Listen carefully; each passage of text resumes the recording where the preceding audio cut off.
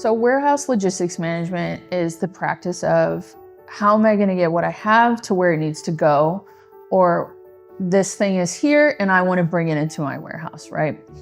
So when I think of warehouse logistics, the biggest thing that comes to mind is weather. That's the only thing you can't control. And since you can't do anything about weather, you need to have great inventory and logistic practices in place so that you can always have a plan B, C, D, right?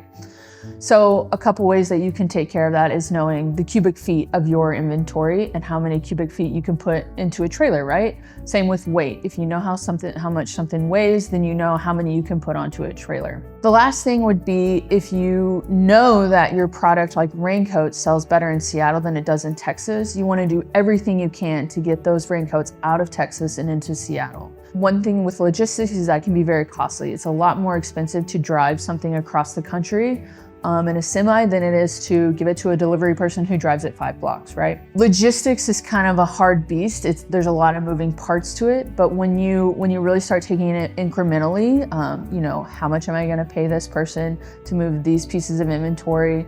How am I gonna get it? What's the fastest route to get there, right? You start looking at all these little aspects and adding them up. As long as you have good tracking and good knowledge about what to do, you can really create multiple contingent plans to get around weather.